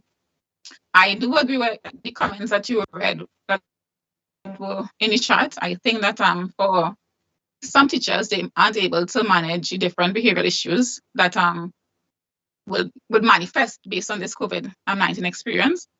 Also, their children do learn differently, and it's sometimes a challenge to manage that in an online space. And as the Form 5 students would have said, if you try to assist one person, they may be keeping back the whole class. So what I have found for me, of course, if you're using, for example, an online platform like Zoom, you're able to go into the breakout room, and perhaps meet one or two children there in smaller groups and work with them there. I think what has also worked when persons speak about the children not being able to socialize as much, they are allowed to go into the breakout rooms and have some free time with their friends, just free time, not where Mrs. not there to be over you, observing and listening to you. I do drop in from time to time to see what's going on, but that's generally their space to be more relaxed with their friend. It is not as it would have been in outside for recess or lunchtime, but they're still able to have some form of freedom to engage with their friends and to socialize. I think that's generally my comment. I think also with regards to, I think even before, as I think I heard someone mention, because I've missed some of the points, I think I heard someone mention that parents, drop children off to school and they're supposed to be your babysitter. I think it seems that way in many respects. Right. It seems that way in many respects. But I think that parents, some of them have had a rude awakening with this online learning, because they're supposed to engage the children more. But as we are aware, not all parents are able to, for different reasons. Of course, some of them have to work, and then some of them may not even know how to assist. So even if they are given packages to go through with their children, they may not know exactly how to do that effectively to achieve the learning outcomes that they're supposed to achieve. So I do get the comment made by Ola BC. I hope I have your name correct, Miss Ola BC, that when they go back out, is that is going to return to quote unquote normal? What are they going to do to assist students who have fallen behind? Because it's going to happen. It has happened, right? It's difficult to manage children online, especially if you have larger groups, right? The larger the groups are, the more difficult it is to manage the children when you're not very connected to them or very, very closely connected to them, right? So I'm wondering, when they go back out to schools, how are they going to manage? How are they going to fill the learning gaps that the students would have more or less that they would have had based on this this very new and as Miss Leslie said, experience, right? So I'm just here just as a teacher, still trying to myself to work through how best to reach all of my students in this very unique space, in this very unique time. And it is a challenge. And as I said before, there are going to be students who are going to fall behind, especially if parents aren't able to fully support the learning that's going on. And I'm waiting to see how this is going to be addressed when they return to school or for the new academic year. So thank you. Thank you so much, Zainab, for that perspective. I mean, certainly it's a challenge. It's a challenge, but I think with time and if people really care, I don't know if they do. I mean, and I mean people. When I say people, I mean the higher ups, those in charge of setting that course, that educational course that children have to do. If they're really serious about things, we can learn so much. I think that children need to be with their peers, period. That's my view.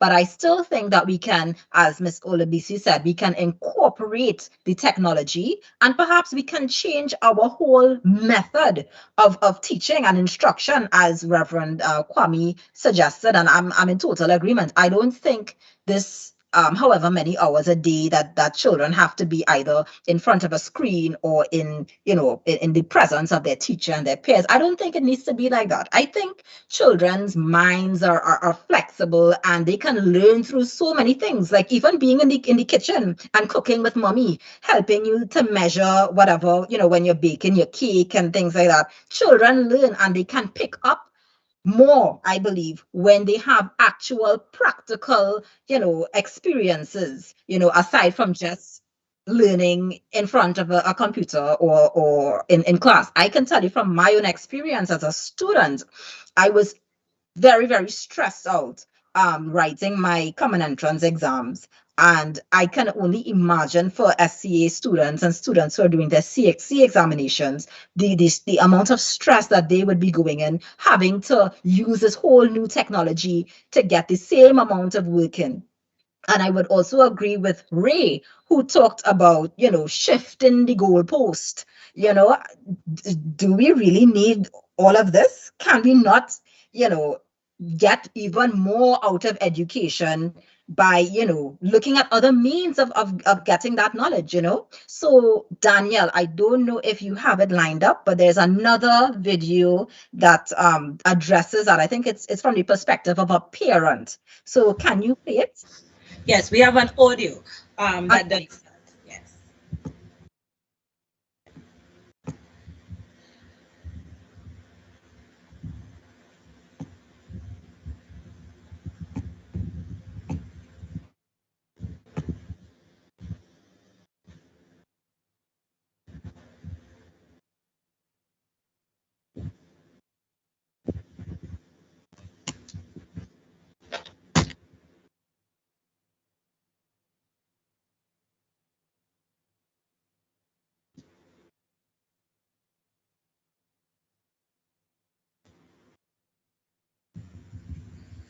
Let's start that over. It might have been a bit choppy to the beginning. Just start that over.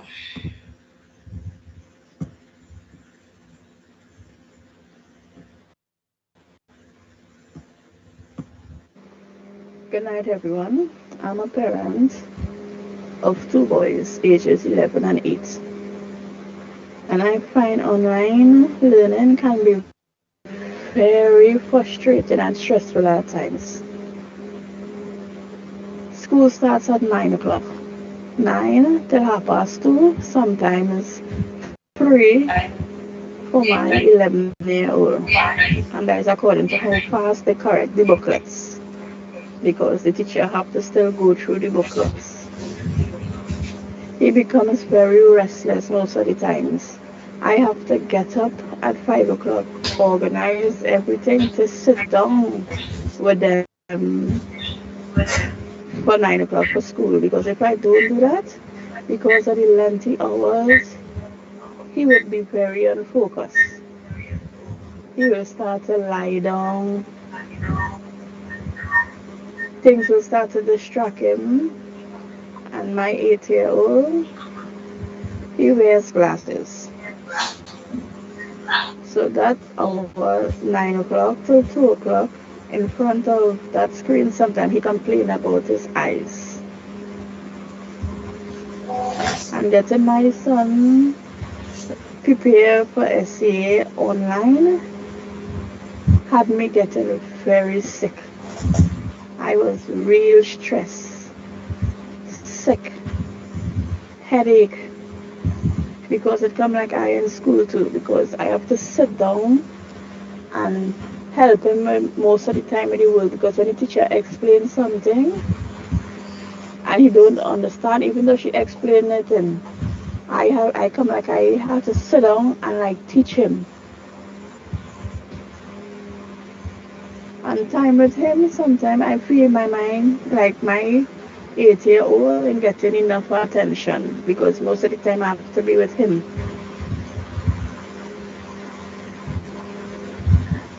And all he does is tell my son does tell him is, Mommy, I can't wait for this essay to over. I can't wait for school to open back, because they're very frustrated.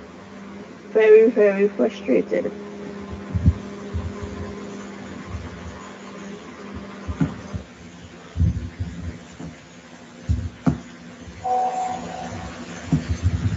All right. Thank you so much, Daniel. I see two hands up. Ray and Reverend Kwame. I don't know, Ray, you want to go next?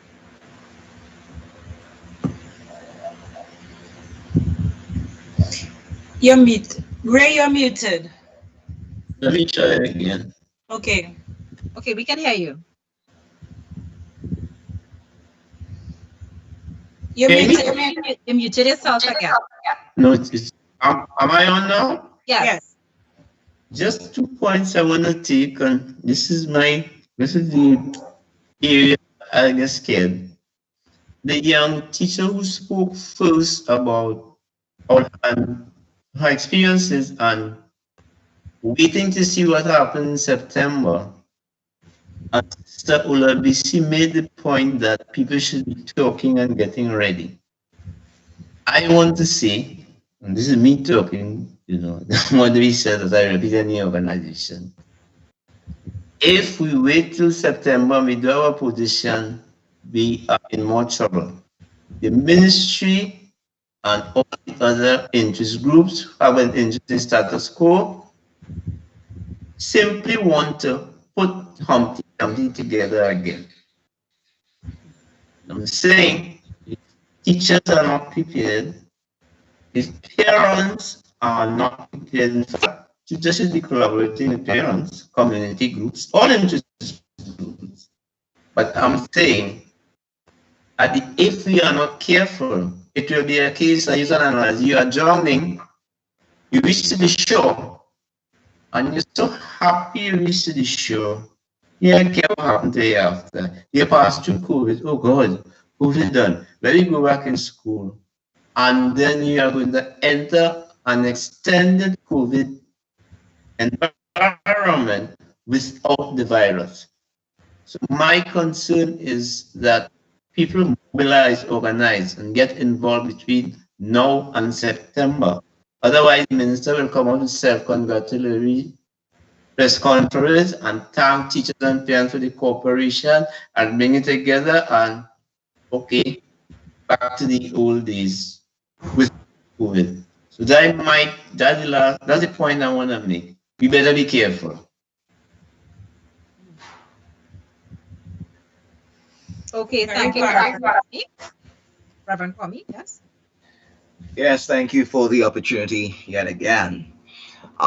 It's very important for us to underscore that the very nature of a pandemic necessarily requires that in any policy, any planning, any execution of policy that seeks to engage persons in mass gatherings for long periods of time is more than simply an educational concern, but is most certainly a health concern. I am very concerned as a Pan Africanist for at least three very salient reasons. One, while my government, like many Western world governments are buying into the vaccine initiative and propaganda of the West, out of China, AstraZeneca, Pfizer, Moderna, etc. I personally do not subscribe to that. And I can tell you that there are a number of us within the Pan-African movement who are quite hesitant. And the reason for our hesitance has a lot to do with the Tuskegee experiment, has a lot to do with the smallpox vaccination that led to mass spread of HIV/AIDS in sub-Saharan Africa, has to do with the fact that vaccination proposed by way of tetanus vaccine has led to some 500,000 of our Kenyan African women being sterilized forever. These are admitted things. These are things that we have the receipts for, among many, many, many others. And so a part of returning to school, if and when that happens, has to be the question of what is going to be the management of this process. When I was at the regional PTA level, we looked at, of course, sanitation of buses and maxis. We looked at, of course, the type of sanitation that would be needed at the schools. We looked at of course, the whole issue of the regular hand washing for children, especially children in a play or schoolyard. Not the easiest thing in the world to manage, lining up and queuing up for cafeteria, etc., etc. It's really a public health nightmare on steroids and energy drinks. And so as a result of that, is it going to be that we are going to require necessarily, by way of mandate, by way of compulsion, that persons are going to have to take the lollipop? I try not to use that V word too often, because you can be shadow banned on Facebook and taken down on social media like an old school wrestler being given a clothesline, for those who remember Victor Jovica and all of these guys. And so I'm making the point that one necessarily comes with the other. Returning to school means necessarily, from a public health perspective, that we would have had to get to the point where we would have managed this crisis, and we would have chosen as a society the direction that we are going to go with respect to handling this crisis. Now, I know, based on my research, because it is my job to do so, that there have been congressional hearings with respect to the benefit of ivermectin and by way of benefit, of course, of the hydroxychloroquine. I am not a medical doctor, I hasten to add. And so I could only sit and watch this U.S. congressional hearing being engaged and listening, of course, to the experts who presented one after the other in terms of again, the efficacy and the safety of that methodology. I am not seeing Trinidad's government going in that direction. I'm not seeing CARICOM going in that direction. I am seeing the opposite. I am hearing about great confidence in gene therapy, which is currently in trial phase. It will continue to be in trial phase because we are currently in what we call emergency release aspect of the so-called gene therapy vaccines. It has not been approved by the FDA, nor will they approve it anytime soon, because they know that it does not meet the criteria for safety nor efficacy. And so in light of all of that, while for some, certainly for me, I'm very glad that they are out and they are never to return to that in white supremacist insanity that we call education. But for those who are thinking about returning, three questions naturally arise. Are you pro-vaccine? Because it may very well be required for re-entry in the school system.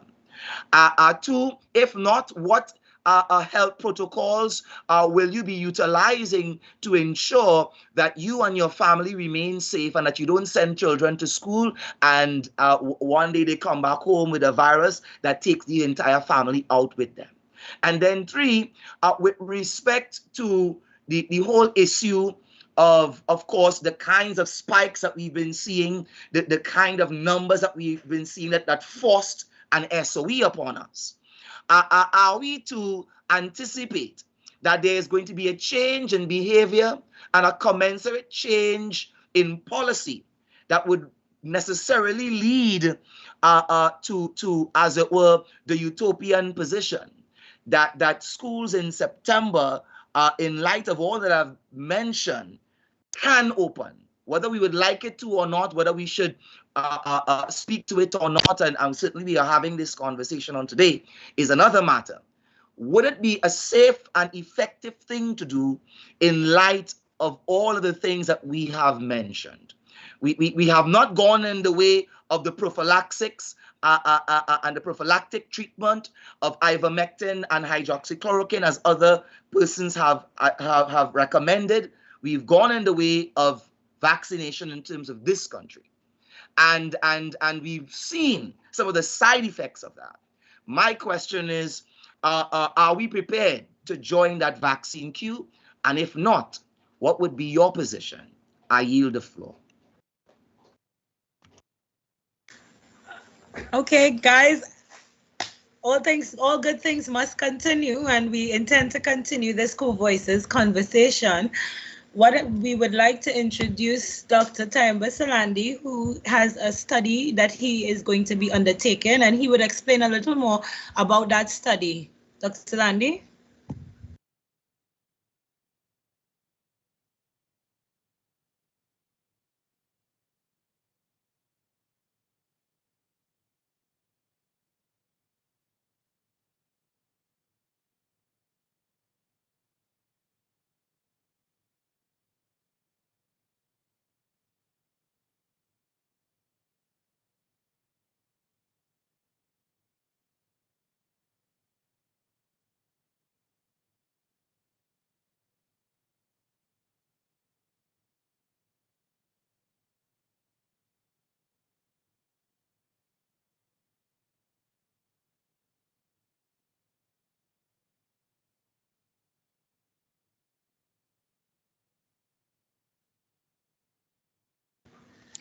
Okay, I want to also comment just a little on what Reverend Kwame said.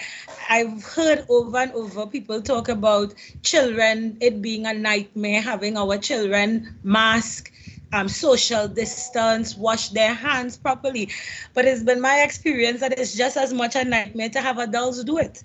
So, and our children seem to be more compliant and be doing the actual 20 seconds than actually our adults. So let's not sell our children short. We have Karina here with the wrap up.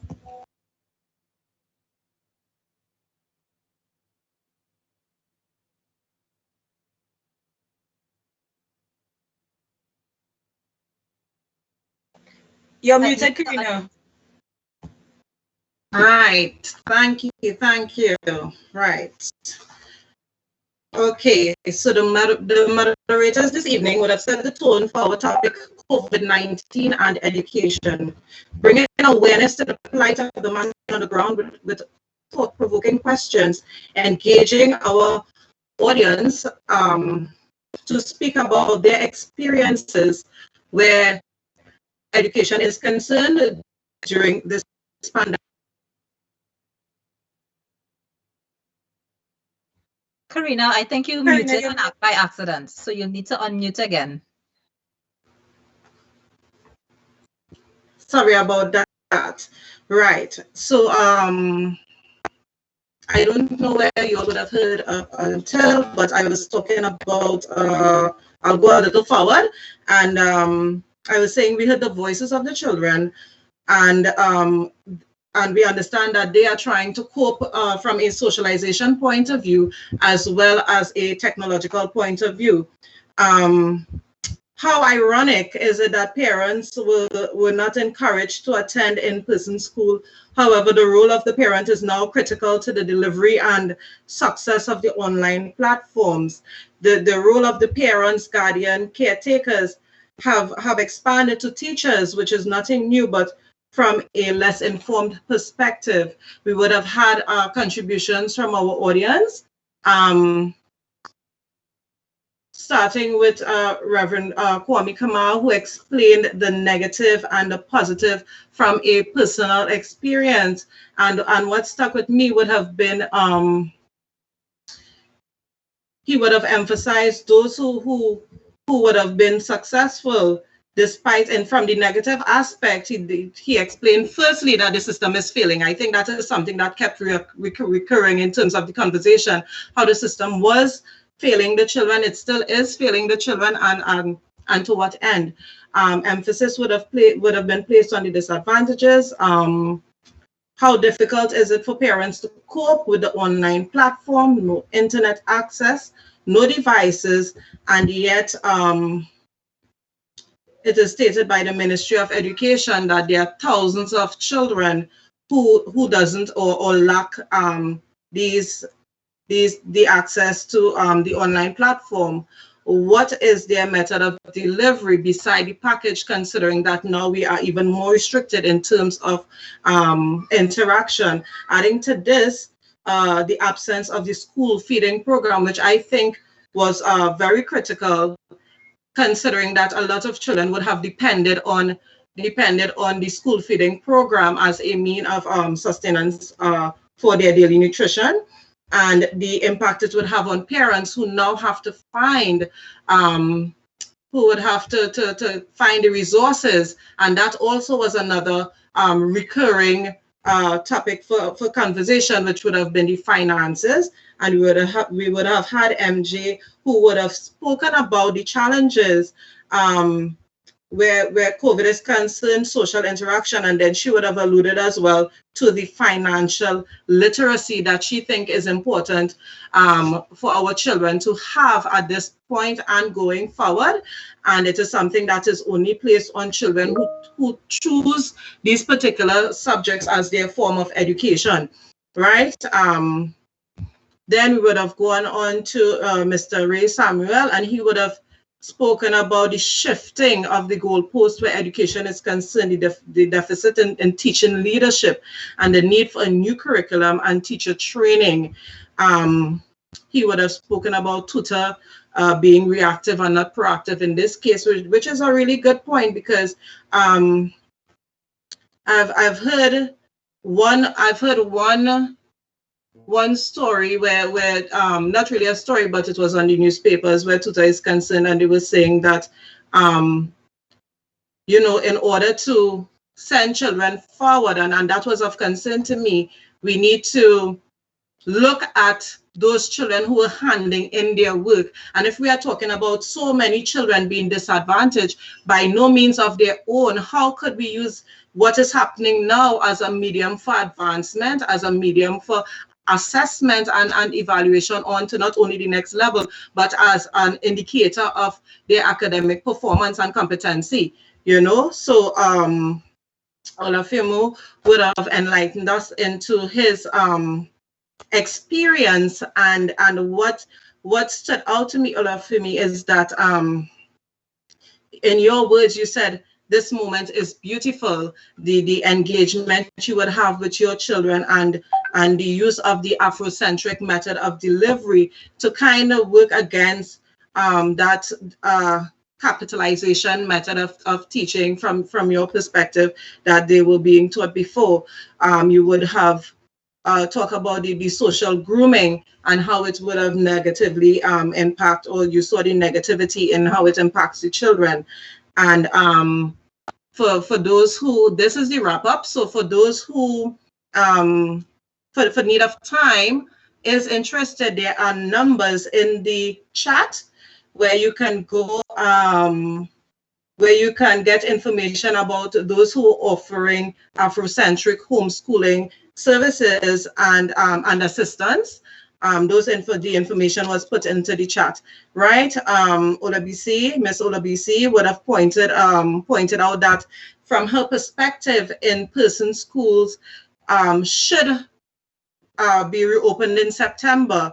And later on, Ray Samuel would have alluded to that point indicating that he thinks teachers and parents are not prepared, as so stated by the contribution of one of a Spanish teacher on the chat, Tanisha, and then Miss Zainab would have given us a rundown of her awareness of the difficulty for teachers using the online platform, which now alludes to the question, how much time do we need? And if the adults are experiencing difficulty trying to understand and relate and make sense of what is happening, how do we expect the children to fall in? How do we expect parents who have never had that awareness of technology to be on board and just fall in? It is, as Leslie would have stated, it is a trial, it is errors. We have to learn from our mistakes, but what assurance do we have of us learning and in terms of coming back to the so-called new normal, that all these experiences or things that are happening that supposed to be teachable moments, how is it going to be applied further on and in a positive way? Reverend Kwame would have spoken of the health protocols when returning to school, or what do we anticipate where policy is concerned, given the mixed views about vaccination? And I think that is a very good point of view, because we're looking at the news, things are changing, and when we think we are going back, we have seen it where the education system was going back to normal or the new normal, and then we had to pull back and say, here, what now? Face covered again, children back behind the computer, and we had to start all over again. So what is the new normal? This is a conversation we may have to extend, as Leslie alluded to. However, the effects this have had on people in general, we are seeing it daily on the news. And our next topic for discussion would be domestic violence. I would like to thank each and every one of you for your contribution. And it has been a very enlightening discourse. Thinking Africans Aloud, and encourage you to continue to tune in, contribute, share this live, or the live would be on Facebook. Share it with your family, share it with your friends, encourage them to come on the platform. Here, we don't encourage you to be shy. We encourage you to open up, speak up. This is a safe space where you can have your views heard. And we can be found on Thinking Africans as Thinking Africans Aloud on Facebook, Instagram, and Twitter. Thank you again. It's a wonderful evening.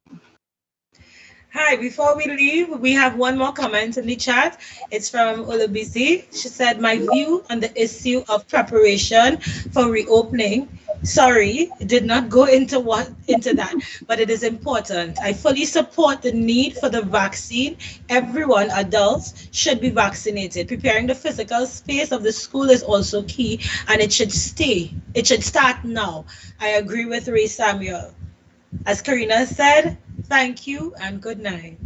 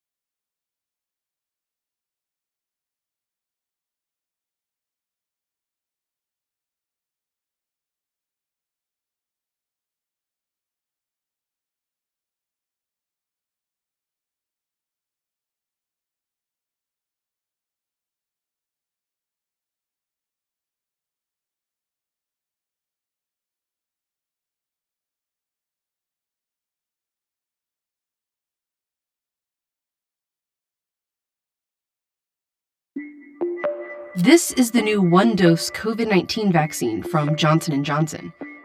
In early March, more than 6,000 doses were supposed to be shipped to the city of Detroit, Michigan. But the mayor said no thanks. Moderna and Pfizer are the best. And I am going to do everything I can to make sure the residents of the city of Detroit get the best. He was referring to these numbers, the vaccine's efficacy rates. The vaccines from Pfizer, BioNTech, and Moderna have super high efficacy rates, 95 and 94%. But Johnson & Johnson, just 66. And if you only look at these numbers, it's natural to think that these vaccines are worse than these. But that assumption is wrong. These numbers are arguably not even the most important measure of how effective these vaccines are. To understand what is, you first have to understand what vaccines are even supposed to do. A vaccine's efficacy rate is calculated in large clinical trials, when the vaccine is tested on tens of thousands of people. Those people are broken into two groups. Half get the vaccine and half get a placebo. Then they're sent out to live their lives while scientists monitor whether or not they get COVID-19 over several months. In the trial for Pfizer-BioNTech, for example, there were 43,000 participants. In the end, 170 people were infected with COVID-19. And how those people fall into each of these groups determines a vaccine's efficacy. If the 170 were evenly split, that would mean you're just as likely to get sick with the vaccine as without it, so it would have a 0% efficacy. If all 170 were in the placebo group and 0 people who got the vaccine were sick, the vaccine would have an efficacy of 100%. With this particular trial, there were 162 in the placebo group and just 8 in the vaccine group. It means those who had the vaccine were 95% less likely to get COVID-19. The vaccine had a 95% efficacy. Now, this doesn't mean if 100 people are vaccinated, 5 of them will get sick. Instead, that 95% number applies to the individual. So each vaccinated person is 95% less likely than a person without a vaccine to get sick each time they're exposed to COVID-19. And every vaccine's efficacy rate is calculated in the same way. But each vaccine's trial might be done in very different circumstances. So one of the biggest considerations here when we look at these numbers is the timing in which these clinical trials were performed. This is the number of daily COVID-19 cases in the US since the pandemic began. The Moderna trial was done completely in the US, here in the summer. The Pfizer-BioNTech trial was primarily based in the US too, and at the same time. Johnson & Johnson, however, held their US trial at this time, when there were more opportunities for participants to be exposed to infections. And most of their trial took place in other countries, primarily South Africa and Brazil. And in these other countries, not only were case rates high, but the virus itself was different. The trials took place as variants of COVID-19 emerged and became dominant infections in these countries, variants that are more likely to get participants sick. In South Africa, most of the cases in the Johnson & Johnson trial were that of the variant, not the original strain that was in the US over the summer. And despite that, it still significantly reduced infections. If you're trying to make one-to-one head-to-head comparisons between vaccines, they need to have been studied in the same trial with the same inclusion criteria in the same parts of the world at the same time. If we were to take Pfizer and Moderna's vaccine and redo their clinical trial at the same time that we did J&J's clinical trial, we might see quite different efficacy numbers for those. These efficacy numbers really just tell you what happened in each vaccine's trial, not exactly what will happen in the real world. But many experts argue this isn't even the best number to judge a vaccine by anyway, because preventing any infection at all is not always the point of a vaccine. The goal of a vaccine program for COVID-19 is not necessarily to get to COVID-0, but it's to tame this virus, to defang it, to remove its ability to cause serious disease, hospitalization, and death. It helps to look at the different outcomes of an exposure to COVID-19 like this. The best case scenario is you don't get sick at all. The worst case is death. In between, there's being hospitalized, severe to moderate symptoms, or having no symptoms at all. In the absolute best circumstances, vaccines give you protection all the way to here. But realistically, that isn't the main objective of COVID-19 vaccines. The real purpose is to give your body enough protection to cover these possibilities. So if you do get an infection, it feels more like a cold than something you'd be hospitalized for. And this is one thing that every one of these COVID-19 vaccines do well. In all these trials, while some people in the placebo groups were hospitalized or even died from COVID-19, not one fully vaccinated person in any of these trials was hospitalized or died from COVID-19. One thing that I wish that Mayor would have understood was that all three vaccines have essentially 100% effectiveness in protecting from death. The mayor of Detroit did backtrack and said he'd start taking Johnson & Johnson doses because it's still highly effective against what we care about most. Efficacy matters, but it doesn't matter the most. The question isn't which vaccine will protect you from any COVID infection, but which one will keep you alive or out of the hospital? Which one will help end the pandemic? And that's any of them. The best vaccine right now for you is the one that you're offered. With each shot that goes in someone's arm, we get closer to the end of this pandemic.